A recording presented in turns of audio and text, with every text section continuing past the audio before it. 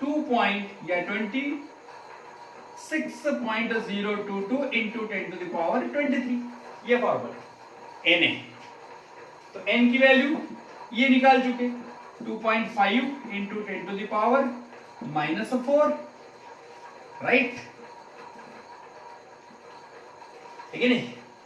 और यहां पे हम लोग लेंगे दैट इज 10⁻6 पॉइंट,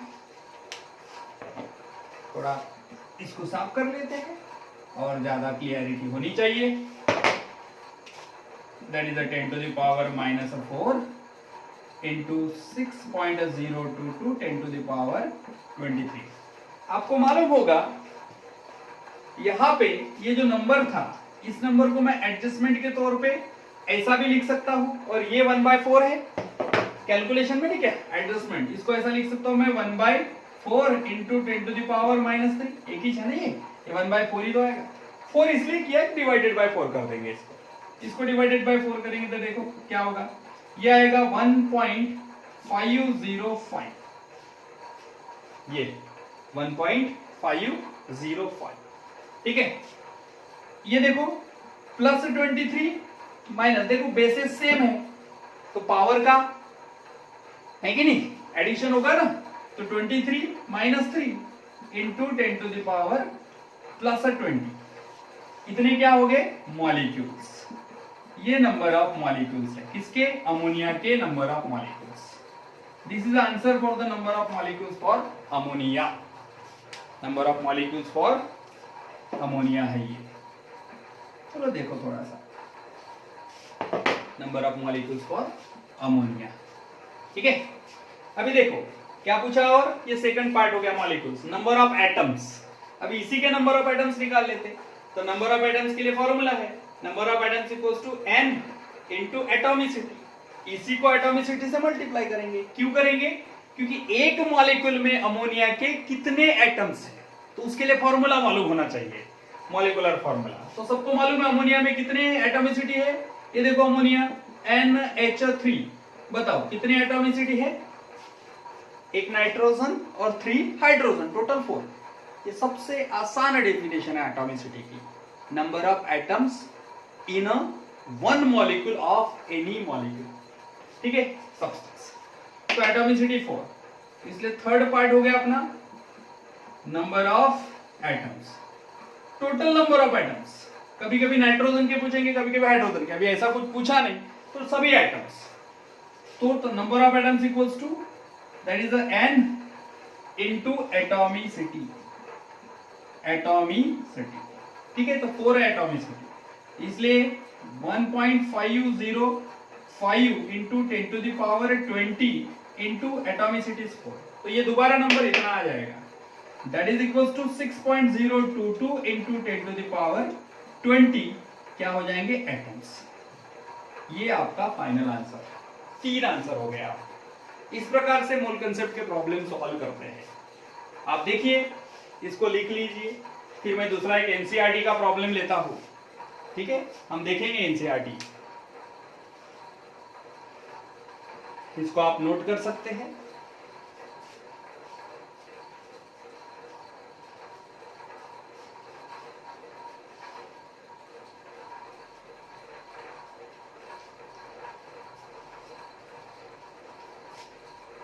ये मैं इधर लिस्ट ऑफ फॉर्मूले मिटा देता हूं, इसको मिटा देंगे हम, ये लिस्ट ऑफ फॉर्मूले को रहने देते हैं, इसी को मिटा देता हूं। आप इसका स्क्रीनशॉट ले लीजिए या वीडियो पॉज करके भी लिख सकते हैं। Next problem,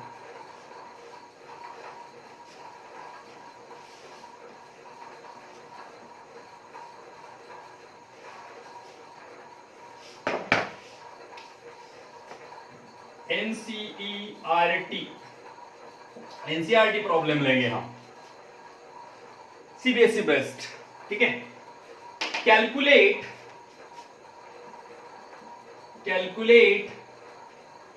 mass of CO2 produced, क्या बोला है देखो, calculate mass of CO2 produced, calculate mass of CO2 produced during combustion of, language थोड़ी सी अलग हो सकती है बुक्स में, अभी लैंग्वेज का क्या करना है, लेकिन प्रॉब्लम तो प्रॉब्लम है, ठीक है, ज्यादा कुछ चेंजेस नहीं होता। Calculate mass of CO2 produce during the combustion of, ये देखिए उसमें नंबर 1 दिया आपको 1 mole of carbon with air, ठीक है, एयर के साथ उसका 1 मोल ऑफ कार्बन का कंबशन हुआ, तो CO2 का मास निकालना है, पहला पार्ट हो गया, पहला प्रॉब्लम। दूसरा प्रॉब्लम है 1 मोल ऑफ कार्बन, ठीक है, 1 mole of carbon with 16 gram of oxygen, dioxygen बोला।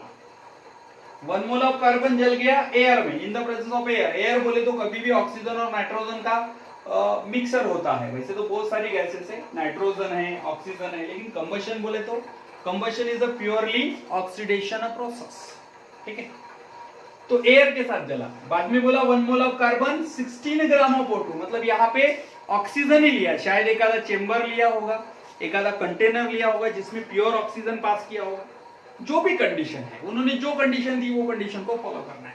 लेट अस सी, ठीक है, तो लेट अस सॉल्व 1 बाय 1, ये दो प्रॉब्लम सॉल्व करते हैं, ठीक है। देखिए तो पार्ट 1 के लिए 1 mole of carbon with air बोला, कंबशन बोले तो प्योरली ऑक्सीडेशन प्रोसेस, ऑक्सीडेशन बोले तो combination of oxygen with element, तो let us consider combustion of a carbon, carbon का कंबशन करेंगे तो रिएक्शन क्या होगी, देखो carbon solid plus of oxygen gas, ये बेसिक रिएक्शन है, ठीक है, to give the CO2 of a gas, CO2 gas देगा, वैसे भी हमको CO2 कितना बना वो निकालना है, तो it is a totally stoichiometry या it is called as a mass mass relationship, क्या बोलते हैं इसको, मास मास रिलेशनशिप, अपन ने नहीं, the problem is based of the law of conservation of mass, problem is totally based on the law of conservation of mass, मैंने बताया था इधर जितना मास है उतना मास इधर भी रहेगा, राइट। तो इसको कैसा करेंगे, देखो इन्होंने 1 मोल ऑफ कार्बन बोला, 1 मोल ऑफ कार्बन बोले तो 12 ग्राम ऑफ कार्बन, ठीक है, यहां पे भी ये 12 ग्राम ही तो है, 12 ग्राम के पीछे कितना मिलता है, ये एयर, ये O2 कहां से आया, एयर से, एयर में सिर्फ ऑक्सीजन ही कंबाइन होगा इसके साथ, तब CO2 बनेगा। कंबशन ऑफ फ्यूल क्या होता है, कोयला जलता है तो क्या होता है, कोयला ऑक्सीजन के साथ कंबाइन होता है, CO2 बनाता है, दैट्स ऑल, तो केमिकल रिएक्शन ऑक्सीडेशन। तो 12 ग्राम ऑफ कार्बन, तो ये 12 ग्राम है, 1 मोल बोले तो ये देखो 1 मोल, केमिकल रिएक्शन में जब एक एटम दिखा तो उसको 1 मोल समझने का फैशन है हमारे सब्जेक्ट में, समझ लो अच्छे से, केमिकल रिएक्शन में किसी में एक एटम दिखा तो उसको 1 मोल समझने का, ये एक मॉलिक्यूल दिखा तो उसको भी 1 मोल समझने का।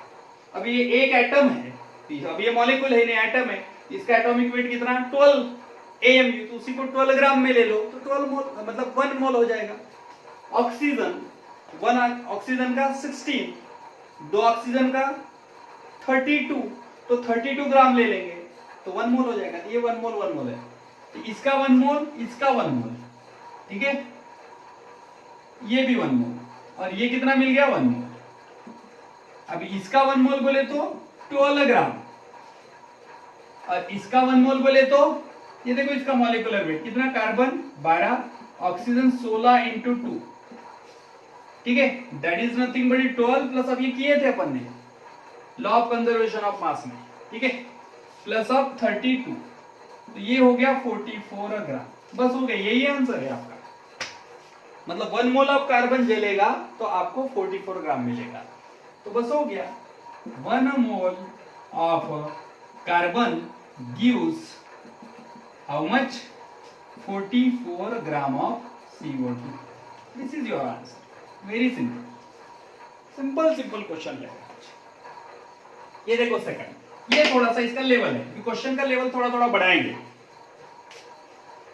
देखिए second point, 1 mole of carbon ही जलाना है, लेकिन 16 ग्राम ऑफ ऑक्सीजन, ऑक्सीजन में लिमिटेशंस आ गए, यहां पे क्या था, एयर मतलब एयर था, मतलब बहुत ऑक्सीजन था, जितना चाहिए उतना ले लिया हमने। लेकिन अभी की तकलीफ है, क्या करेंगे, carbon solid plus of O2 of gas two gives a CO2 of a gas. ये रिएक्शन तो यही है, बैलेंस रिएक्शन ऐसी रहेगी, ये रिएक्शन बैलेंस होनी चाहिए।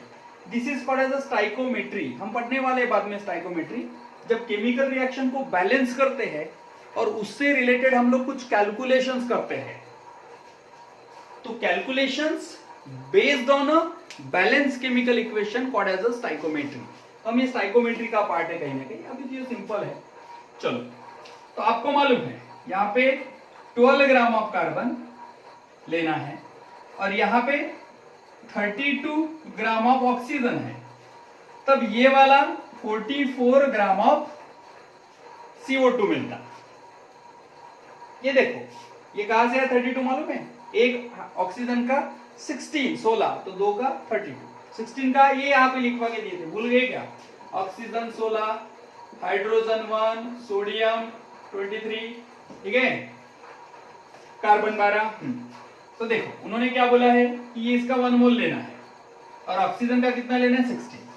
अभी यहाँ पे क्या है, 1 मोल बोले तो 12 ग्राम, तो 12 ग्राम के पीछे 32 लगता है, लेकिन 32 ग्राम तो है ही नहीं, 16 ग्राम है। तो जैसा 16 ग्राम है तो रिएक्शन तो खत्म हो जाएगी, मतलब रिएक्शन स्टॉप हो जाएगी। ऑक्सीजन सप्लाई अगर बंद हो जाएगा तो रिएक्शन जलने की प्रोसेस तो खत्म हो जाएगी। तो मुझे नहीं लगता कि यहाँ पे 12 ग्राम पूरा जलेगा। तो आपको ये निकालना पड़ेगा कि 32 ग्राम ऑक्सीजन अगर होता तो 12 ग्राम कार्बन लगता, ठीक है। तो अगर 16 ग्राम है तो कितना लगेगा, सिर्फ 6 ग्राम कार्बन लगेगा, तो ये तो आधा ही जलेगा, तो कार्बन डाइऑक्साइड भी आधा ही मिलेगा। ठीक है, समझ में आ रहा है? आई रिपीट, समझ लो अच्छे से। 12 ग्राम कार्बन जलता है तो 32 ग्राम ऑक्सीजन खर्च होता है और फिर 44 ग्राम मिलता है। लेकिन अभी उन्होंने बोला कि ऑक्सीजन तो सिर्फ एंड सिर्फ कितना, ये देखो इधर 16 gram of O2, 16 gram of O2, मतलब ऑक्सीजन 32 ग्राम नहीं 16 है, मतलब आधा ही ऑक्सीजन। तो रिएक्शन तो पूरी कंप्लीट होगी ही नहीं ना, ऑक्सीजन स्टॉप, 16 ग्राम ऑक्सीजन है मतलब आधा ऑक्सीजन है, तो ये भी आधा ही जलेगा, तो यही आधा ही बनेगा। आंसर तो वैसे ही आ गया, आधा हो जाएगा 22। तो फिर लिखते वक्त ऐसा डायरेक्ट नहीं लिखना, आपको लिखना है 32 gram of O2 gives how much, 44 gram of CO2। तो 16 gram of O2 gives how much, देखो X, या इसी को बोलते हैं वेट ऑफ CO2। तो इसलिए वेट ऑफ CO2 कैलकुलेट करेंगे, क्रॉस मल्टीप्लीकेशन करते हैं। ये देखो ऐसे, इसमें क्या करने का, 1 2 3 4, चौथी पेयर एब्सेंट है, तो इसमें क्या करते हैं, इन दोनों का मल्टीप्लीकेशन डिवाइडेड बाय 30। तो 16 इंटू 44 बाई 32, ठीक है। यहां पे आता 2 जा, यहां पे आता 22, तो फाइनल आंसर ही है 22 ग्राम्स ऑफ CO2। ये देखो 22 ग्राम्स ऑफ CO2। इस प्रकार से वो दोनों क्वेश्चन एनसीईआरटी बेस्ड थे क्वेश्चंस, ठीक है। इस प्रकार से हम लोग सॉल्व करते हैं।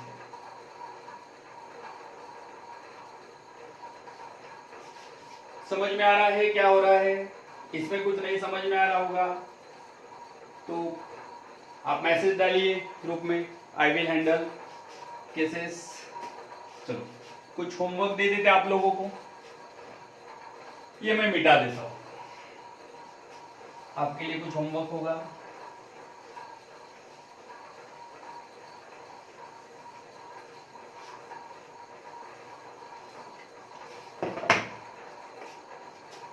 क्वेश्चन है, ये है होमवर्क आपके लिए,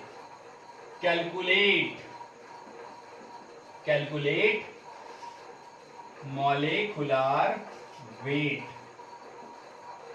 ऑफ फॉलोइंग